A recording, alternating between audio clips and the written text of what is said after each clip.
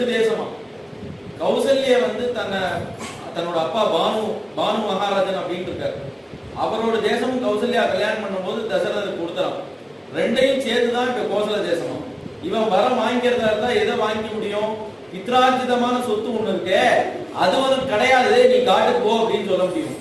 எது வந்து அவனுக்கே சுவாசித்தமா தன்னோட அம்மா கொண்டு வந்தாலும் அந்த சொத்து இருக்கே, அதை கேட்கலாமே. அதை கேட்கறதுக்கு நாதி இல்லையா?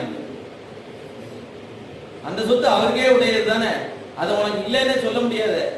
அதை கேட்கறதுக்கு இங்க ஆள் இல்லை.